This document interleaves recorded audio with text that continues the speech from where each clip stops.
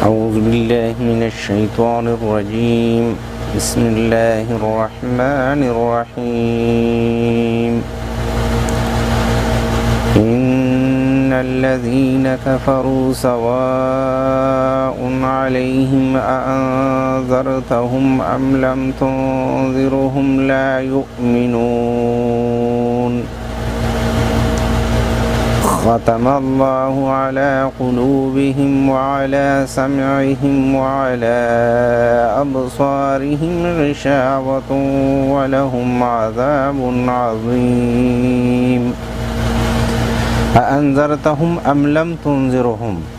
فأول کی حمزه د استبهام د پاره د تسویه برابره د پاره راغلی دا. انذرتهم دا د باب افعال نه د فعل ماضی معروف سعی واحد مذکر حاضر، هم ضمیر د جمع مذکر غائب مفعول به. لم تنذرهم د باب افعال نه د فعل مضارع معروف نفی جهد بلم سعی واحد مذکر حاضر او مصدر انذارون دی. ختم الله ختمه د باب ضربنه د فعل ماضی معروف سعی واحد مذکر غائب او مصدر ختم راضی. قلوب جمع دا واحد قلب راضی. سمعهم سمع واحد د جمع اسماع راضی. دلته سمع په معنا د اسماع سره. سمعهم ای اسماعهم تفسیر مظهری دا لیکلی. علی ابصارهم غشاوة دلته د پردې نه ظاهري او حقيقي پرده مراد نه ده بلکې تمثيلي تور باندې ذکر کړي شوی، یعنی کافران نه غلاره او دین حق نه بیني. ابصارون د دې معنی سترګې واحد بصرون راضي. ابصارون جمع ده د دې معنی سترګې واحد بصرون راضي. غشاوتون معنی پرده او ماده غشون دا.